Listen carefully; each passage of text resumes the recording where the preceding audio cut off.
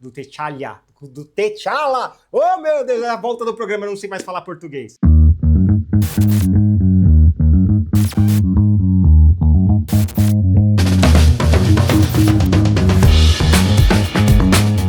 Salve, galera, tá começando mais uma edição do podcast FJP, a estreia da temporada 2025. Eu sou Cláudio Prandoni e aqui do outro lado da internet está ele, Fábio Gomes. Estou aqui mais uma vez, Cláudio Prandoni, nos encontramos de novo, mais um ano pra eu te amar / odiar publicamente, que isso pra mim é o mais importante. Eu tentei trazer algum crítico de filmes da Europa, ou da Liga Americana, mas a janela foi muito disputada. Janela foi muito disputada, né? Então você teve que ficar com o quê? Com o cara que veio quebrado da Arábia, que sou eu, né? Pois é. Ele pediu um voto de confiança, falou, não, eu vou voltar. Confia em mim, vai dar tudo certo. Foi isso que eu falei pra ele. Estamos aí, então. E vamos começar falando de filme e jogo de herói que a galera gosta. Esse ano promete ter bastante novidade aí de DC, de Marvel. Então a gente preparou alguns programas pra falar de games, de heróis, muito esperados. E a gente começa falando de Marvel 1943, Rise of Hydra. Um jogo que, como o nome sugere, é estrelado pelo Capitão América. Mas não só isso, Fábio Games. Ele tem um plot twist, uma surpresa, porque é o glorioso Capitão América Steve Rogers, porém fazendo dupla com o Pantera Negra. Mas também não é qualquer Pantera Negra, né, Prandoni? É um Pantera Negra que é avô do T'Challa. É um Pantera Negra antes, né? Porque o Pantera Negra é um nome, é um manto que vai passando de geração em geração. Então eu achei legal a ideia, é bem interessante você unir esses dois heróis, né, no período do Capitão América. Não é o Capitão América encontrando o Pantera Negra, como aconteceu em Guerra Civil, no cinema, que é o Pantera Negra do T'Challa, eles se encontrando nos tempos modernos. É um encontro acontecendo na época em que o Capitão estava nativo ali na Segunda Guerra. Exatamente. E de cara, né, já é uma proposta bem diferente do que a gente está acostumado a ver. É um jogo que está sendo feito pela Skydance New Media, é o primeiro jogo desse estúdio, mas que já tem alguns nomes aí de renome, de interesse. Por exemplo, a roteirista do jogo é a Amy Hennig, também atuando como produtora. Ela que fez muita fama nessa mesma função de roteirista com a série Uncharted. Opa! Da Naughty Dog. Então, isso aí é um bom sinal. Isso daí são coisas que já me deixam mais empolgado, porque a série Uncharted, especialmente ali o segundo, que é um espetáculo, é um negócio que chegou do nada e de repente conquistou corações, virou uma das maiores franquias, depois foi virar filme, até com o Tom Holland, né? Por favor, parem de escalar o Tom Holland em tudo, mas enfim. É que ele é o único jovem de Hollywood, junto com o Timothée Chalamet, né? É, exato. Agora tem os dois, né? Você tem dois jovens em Hollywood. Ou você escolhe o Timothée Chalamet, ou Xalalalá, ou vai pro Tom Holland. Eu não vou falar o nome dele, não vou tentar acertar, não. Eu fico imaginando se um dia tiver uma biografia, uma cinebiografia do Timothée Chalamet, aí vamos chamar o Tom Holland e vice-versa, né? Eu sou a favor. Eu sou a favor do Tom Holland interpretar Timothée Chalamet e vice-versa. O Timothée, o Toyota Chevrolet fazer o Tom Holland. E bom, falando ainda um pouquinho mais da história, né? A gente já viu aí que tem gente boa, como a Amy Hennig, cuidando. Como o título também indica, a história acontece durante o período da Segunda Guerra Mundial, né? Em 1943, você vai ter o Capitão América se encontrando aí com o avô do T'Challa. Até tava pensando aqui, o nome dele é Azzuri, o glorioso Pantera Negra. E não são só eles os personagens jogáveis. Você também tem mais 2 bonecos para controlar no jogo. Um deles é o Gabriel Jones, que é um soldado mais do lado assim do Capitão América, e vai ter também a Nanali, que ela é a líder da rede de espionagem de Wakanda. Então, Fábio, eu acho que é uma composição assim muito interessante no geral, porque você tem ali os super-heróis Marvel, né, Capitão América, Pantera Negra, que por si só tem estilos diferentes, mas você também tem um cara que é um soldado, que me faz acreditar que vai ter uma jogabilidade um pouco mais tiro, porrada e bomba, mas tem também uma espiã que acho que deve trazer um lado mais stealth, né? Mais espionagem mesmo durante a Segunda Guerra Mundial. Então, assim, me parece um jogo ambicioso. Parece mesmo, porque pelo trailer é aquela coisa, né? O trailer, a gente só tem o Cinematic até agora. Então, é um Cinematic dos mais lindos que eu já vi na minha vida. É bonito. É um negócio, assim, você assiste e fala, isso aqui tá espetacular de bonito. Assim, tá bem realista, tá legal, tá dinâmico, tá interessante. Mas é aquela coisa, a hora que sair o jogo é a hora que a gente vai poder julgar, né? Porque vai que é aqueles cinematics clássicos dos jogos do Play 2 que tinham, assim, vídeos sensacionais que você tava, meu Deus, que coisa linda! Aí ia pro jogo e você ficava, opa, tá, beleza. Pois é, cara. Isso me deixa muito na dúvida, porque assim... a Cinematic é lindíssima, mas até agora a gente não viu cena de gameplay e o jogo está marcado pra sair em 2025. Por enquanto, né? Vamos ver, porque tem muitas coisas pra falar. Vai sair, não vai, né, seu GTA 6? Estamos aí esperando as confirmações de todo mundo. Mas, enfim, porque a indústria de games tem muito disso, né? O Pranas pode falar melhor do que eu. Não, é mais raro o pessoal cumprir a data que prometeu do que não, né? Do que, tipo, adia um pouquinho, adia mais pra lá, vai mais um pouquinho. Ainda mais falando, assim, de jogo de grande orçamento, que lida com franquia licenciada, são muitas engrenagens que tem que estar rodando em sincronia pra coisa dar certo. E aí pesa também o fato de que, assim, tem gente experiente, né, envolvida na produção do jogo, mas ao mesmo tempo, a rigor, é um estúdio novato, né? Não tem um histórico aí pra gente analisar e falar, pô, essa equipe especificamente é ponta firme, eles vão entregar. Então, assim, eu sou da turma do... Vou dar um voto de confiança, vamos ver qual é. A gente até agora não sabe quais são as plataformas, mas assim, deve ser Play 5, PC e Xbox Series. E o que me anima também é o fato de que é um jogo single player, é um jogo de historinha, que você vai lá, senta sozinho na frente da sua TV, do seu monitor, joga e assiste uma história desenrolando com todos esses personagens no meio desse cenário de Segunda Guerra Mundial. Eu sei que ultimamente nós estamos num período em que a galera gosta muito de jogar em multiplayer. Inclusive o Capitão América mesmo aparece no Marvel Rivals, que é um jogo pra você jogar em galera, ele é feito pra ser uma batalha em todo mundo unido junto. Ou mesmo no Marvel vs Capcom, né? Que são as aparições dele.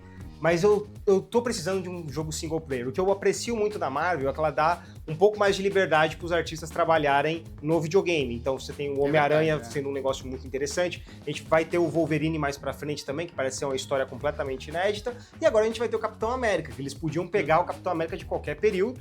E eles escolheram pegar ele ali na Segunda Guerra Mundial, fazer esse encontro com o T'Challa, com o Pantera Negra, com o avô do T'Challa, do T'Challa!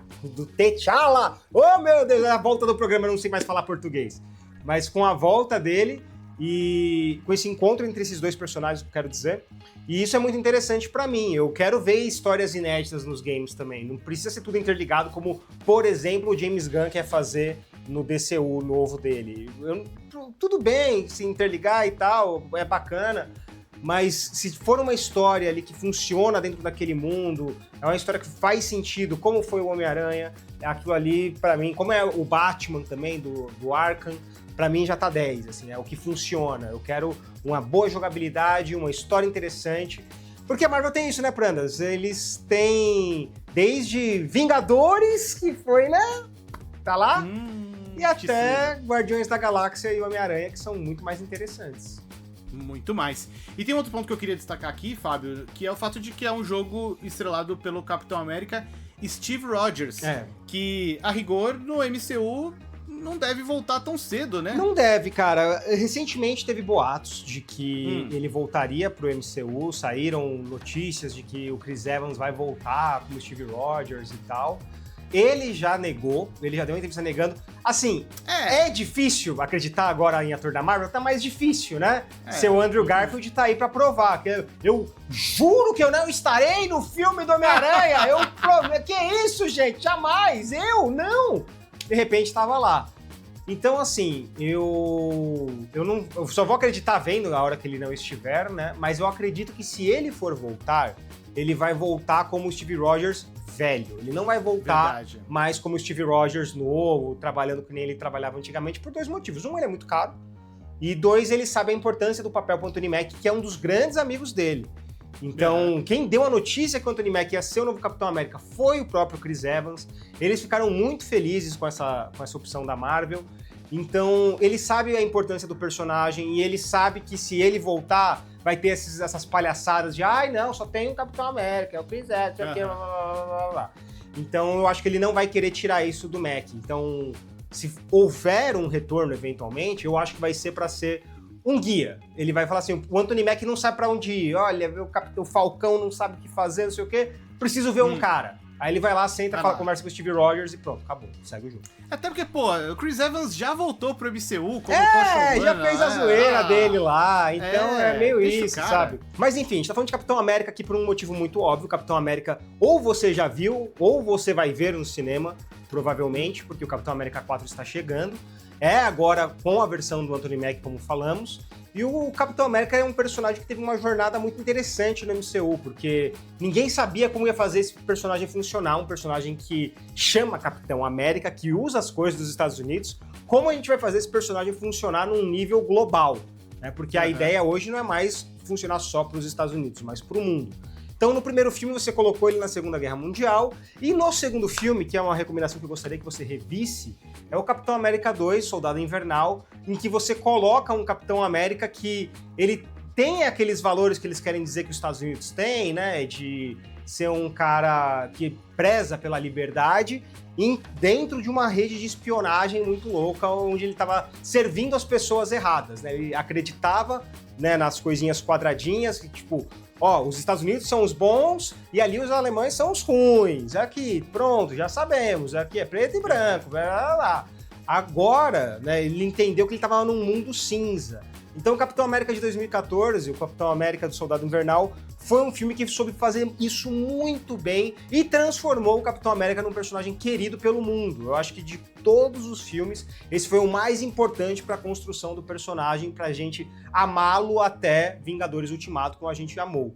Então, esse é um filme muito especial.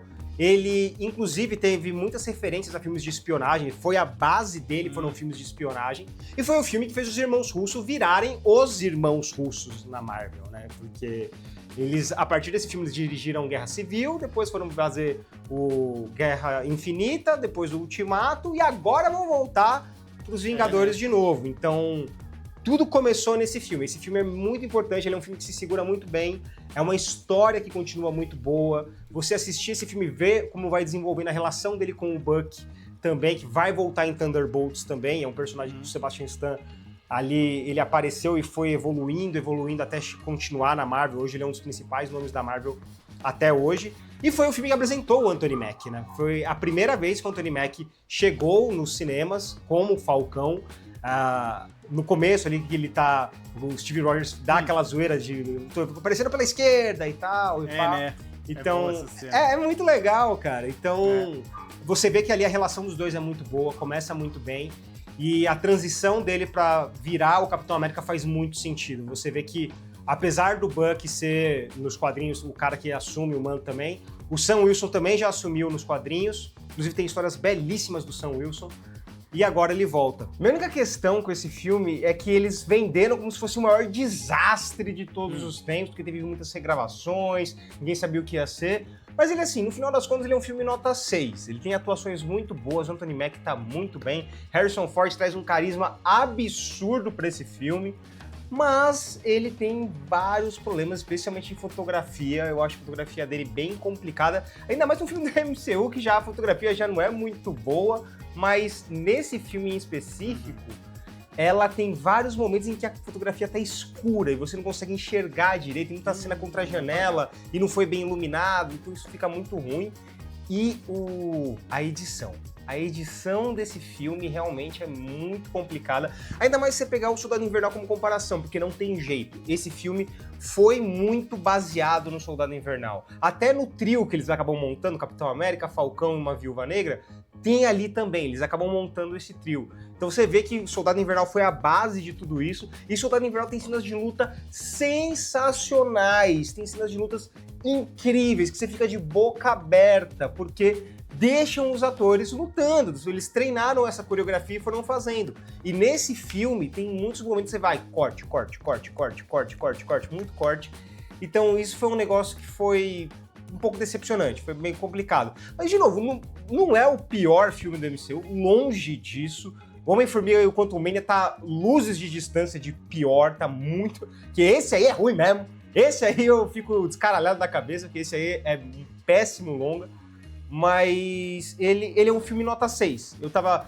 Por conta dessas regravações, como eu falei, eu tava esperando um filme muito desastroso, mas ele é só um filme nota 6. Eu espero que o Sam Wilson evolua ainda mais, que eles saibam usar tão bem quanto usaram o personagem em Falcão e Soldado Invernal, que ali é onde eles usaram bem demais o personagem, toda a evolução dele até ele aceitar que ele é o Capitão América, é um negócio lindo, mas nesse filme eu acho que eles podiam continuar mais essa história, porque pegar mais coisas de Eternos, mais coisas do Hulk de 2008, não foi um negócio que, sabe, me animou. Eu queria ver mais a continuação do Falcão e o Soldado Invernal, que eu acho que faria mais sentido e ia ficar mais interessante. Mas, enfim, é o começo do Sam Wilson no MCU, como, né, agora como capitão mesmo. Eu espero que continue evoluindo. E assim, é o Capitão América, né? Então ele tem um espaço de importância em todo o universo Marvel, né? Não só numa história dele. É, exatamente, porque o Capitão América, o Sam Wilson, assume esse lugar de liderança também. Uhum. Porque ele é a referência de todo mundo. No MCU era assim, e agora também provavelmente vai ser assim. E por isso que eu acho que é tão interessante você ter histórias boas mantendo o Sam Wilson, porque você tem um cara ali que tá querendo fazer o certo, tá lutando, tem voz, sabe liderar, consegue fazer as coisas, só que tem muita dúvida em volta dele, tem gente que vai acreditar, tem gente que não vai acreditar. Então tem coisas muito legais que dá pra fazer com o Sam Wilson, por isso que eu torço muito pra eles acertarem. Eu não sei se vão conseguir, mas assim, pelo menos nos games a gente tem um futuro interessante. Se vai sair esse ano ou não, a gente não sabe, mas por enquanto também, eu acho que vai ter uma coisa boa por aí. Estaremos de olho no filme, estaremos de olho nos games e a gente, em algum momento, volta aqui no FJB pra comentar aí essas paradas todas, essas novas histórias, essas novas versões de heróis tão queridos. É isso por hoje, Fábio Games? Não, senhor Claudio Prodoni, você não fez a sua referência esportiva, meu querido. Você tem vergonha na cara. Pelo amor, né? Eu tô aqui tocando a bola pra você. Mais um ano? Não, jamais levantando a bola, rapaz. Você tá o quê? Crie vergonha na sua cara. Por quê? A nossa referência esportiva hoje vai vir dos Estados Unidos, porque nós temos um jogador chamado Pulisic, que atualmente está no Milan e tem como apelido Capitão América. Ele é o Capitão América do futebol, basicamente porque ele nasceu nos Estados Unidos. Ele escolheu ser estadunidense, né? Porque eu acho que ele tem uma outra nacionalidade. Eu não sei se era croata ou até com esse sobrenome, assim, eu não imaginaria de cara que ele é americano, né? Exato, fica claro aí. Ele tem uma descendência de outros países, mas ele escolheu ficar nos Estados Unidos, aí recebeu o apelido de Capitão América. Muito bom. Ele, assim, tem um momento que eu acho sensacional, que é naqueles aqueles programas de venda e troca de coisa que falam, não, Pulisic, sim, ele é o LeBron James do futebol. Você fica, LeBron James do futebol? O Pulisic! Menos, né? Calma, né? Tá bom, mas tá aí. Ó, eu fui atrás daqui da informação, ele de fato nasceu nos Estados Unidos, mas ele é descendente de croatas. Isso, ele é descendente de croatas. Ele podia jogar pela Croácia, poderia já ter sido finalista da Copa do Mundo, mas ele escolheu jogar pelos Estados Unidos. Tá certo, então a temporada começa aí sem falhar com a nossa referência esportiva, que é um dos pilares do programa. É um dos pilares do programa, é óbvio. A gente vai falar de games, a gente vai falar de filmes e séries, e também vamos falar de futebol, de basquete, de esportes em geral, porque é isso que a gente faz, certo? Filme e série é uma desculpa pra gente falar de esporte. Exatamente. Esse é o golpe. Esse é o golpe. A gente tá aqui pra falar umas besteiras de esporte também, mas pra isso a gente usa filme e série pra falar, tem essas coisas aqui. É a isca. É isso. Fechou então, meu querido. Muito obrigado aí pelo seu conhecimento, pela sua sapiência. Obrigado também pra quem acompanhou. Não deixa aí de seguir a gente aqui e nas redes sociais, mandar seu comentário. Semana que vem a gente tá de volta com mais programa. Valeu, fui!